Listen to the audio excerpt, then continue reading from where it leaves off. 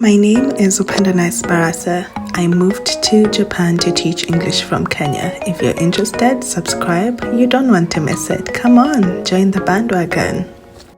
Here are some of the challenges you're most likely going to experience when you move to Japan to teach English. Number one, language barrier.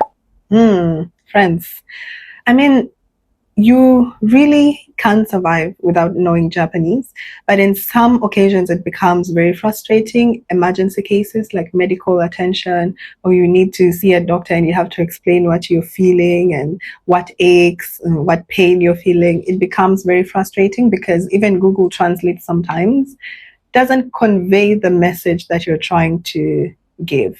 And usually, things get lost in translation a lot, and this happened to me, even though hospitals do have like translation devices, like tiny ones.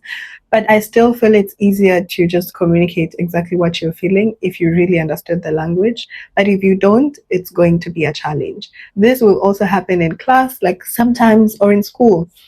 Sometimes the students might want to connect with you, or they would want to ask you questions or just hold a conversation, but they only know a few English words. They can't express a complete thought.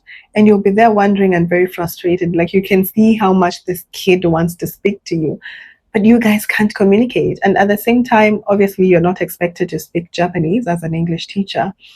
And even at school, it's highly discouraged because it doesn't motivate the students to learn English if they know you speak Japanese. So in most cases, in class, it could help you. Like, for example, if you're demonstrating a game and the students didn't understand, and if you understand a bit of Japanese and hear what comments they're making, it could help you make an informed decision of whether to redo the demonstration or maybe they got it. Restrictions.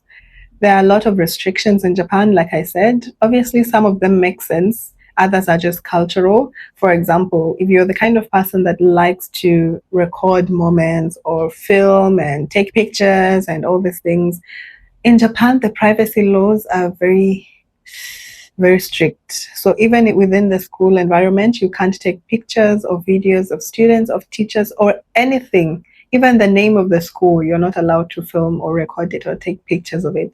Even a document with students' names, anything that contains private information like age, phone number, name, class, where they live, their whatever it is, anything that is considered personal information, you're not allowed to record. Even in a classroom with just like chats in the background, you're not allowed to record. So there are a lot of restrictions, a lot of nuances. There's a way you're supposed to conduct yourself within the school environment. Obviously, in most cases, you can just watch, observe, and do what people are doing. But if you're not very keen, or if you're not very good at reading the room, you'll most likely make so many mistakes, and you might never know that you're making a mistake. It's building strong bonds and relationship with colleagues and students. Like I said, language barrier is one thing. But aside from language barrier, I think Japanese culture has very strong emphasis on personal space. And sometimes even talking to, let's say, your work colleague about a challenge that you're experiencing, for example, my mom is sick, something like that. It's considered intrusion in a way. You really don't share that kind of information because it makes them uncomfortable. It's just Japanese culture. They never talk about personal things to that extent unless you guys are very, very, very, very close. But you can imagine a foreign and a Japanese person, you don't understand each other. So sometimes they could be misinformation or misunderstanding, or the message just wasn't received well. Things like jokes, humor back home can be very, we are very ruthless when it comes to humor. But in Japan, even jokes, sometimes people might take offense because probably they don't understand your kind of humor. Japanese people really, do they have humor? I don't know. I don't know because I don't speak Japanese, but many foreigners tend to say that Japanese people have no sense of humor at all. I don't know if that's true. So you can't say things like, oh, you look fat today. That's an insult, or you can't say things like, your hair looks messy today. I don't know, you just can't say things like that or make jokes because sometimes they're not received well, or 90% of the time they're not received well. And you might never know, and somebody could end up just hating you for nothing. They're tired of teaching. And it's not just from, I think Japanese work culture is very strict, extremely strict compared to what I was used to, the Western working culture. Because in Kenya, as a teacher, you can choose to just go on and give assignment to the class for the other lesson, or sometimes you could go to class. If a lesson is 45 minutes, you can teach for 30 minutes, give an assignment for the next 15 minutes, and you can just go sit in the teacher's room. Or sometimes if you're too tired, if you're busy, you can just give the students an assignment and you can sit in the teacher's room. But in Japan, every lesson has to be attended on time, start to finish. When the bell rings, you should be in the class. When the bell rings for the class to end, you should be out of the class, and vice versa. If you're moving from class to class, like no class goes missed unless the school routine changed or the schedule changed, but you just can't miss a lesson for the sake of missing a lesson. I don't know if that makes sense. And that means that even the teaching itself is very serious. In Kenya, sometimes if you're tired as a teacher, or if you've taught everything and you still have time, you can just sit in class and beat stories with the students. I say beat, that's direct translation. But you can just tell stories with the students and laugh and watch something funny on the internet and just go back to the teacher's room. But in Japan, that doesn't happen. Class time is class time. Yes, which means that you will get very tired if you're not used to that kind of lifestyle. Like me, it was very difficult to adjust the first few weeks, but I got the hang of it. And it's just in the small things. Like for us, we could even delay like 5 to 10 minutes before going to class. In Japan, the bell rings, you're in, friend. The next thing is too many unspoken rules. Japan does have so many unspoken rules. You will never know, friend. These things you just learn as you go. So many unspoken rules. Even like when you go on the escalators or the stairs, you have to walk. If you're going up, you have to walk on one side. If you're going down, you have to walk on the other side. Usually we walk on the left side, and then those who are coming down walk on the right side. And I think in a different city, which is Osaka, or is it Kyoto, it's the opposite. And this is a rule across Japan. Even in school, in the hallways, you'll notice there's a white tape in the hallways. Those who are coming this way go like that, and those who are going go the other direction. I don't know if that makes sense. So small things like that. There are so many unspoken rules. For example, in Kenya we point like this. In Japan you can't point like this. You have to do this because this is considered rude. I hear you can't say this for me or no, you have to do this because this has a different meaning in the Japanese culture.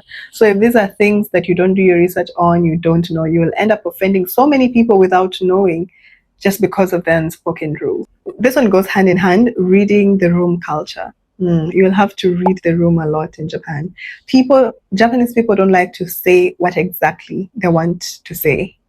They want you to read the room.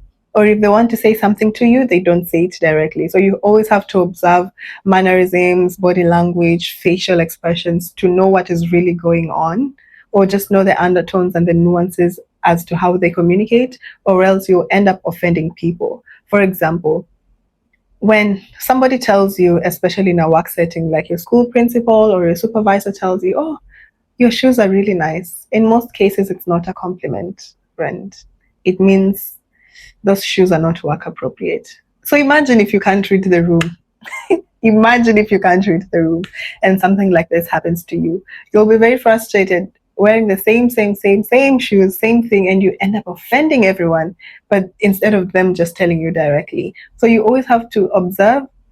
Sometimes they will look at you confused. Just look at what people are doing and follow their lead. Just learn to read the room. This is another con. With some companies, you're not going to get paid if you take a day off. So each company has their yearly day off, maybe 10 days, 5 days in a year, which are paid. But after you've exhausted those days, regardless of the situation, even if you are sick, you are dying, but you missed work, you will not get paid on that day. Back home, it's quite different. You can be sick even for a week and you'll still get paid at the end of the month. There are companies that will only pay you for the days that you worked. So If you worked for 2 weeks in a particular month, they're going to calculate your salary for only 2 weeks. Not all companies do this, but majority of them, or some of them do that. A good number of them do that. But some will just pay you during like even holidays with a standard salary. But across the board, all companies, there are days where might go unpaid, especially if you've exhausted your vacation days or you've taken those days outside your vacation days. Little vacation days. I think this goes hand in hand with my previous point. The days are very few, like only 10 days, and 5 days are determined by you, 5 days are determined by the company, which means you only have control of the 5 days. If you're sick, you can only stay home for at least 5 days. Yeah. You can take 5 days within the year. The other 5 days, the company determines them for you, so you can't choose. For me, that's a bit ish.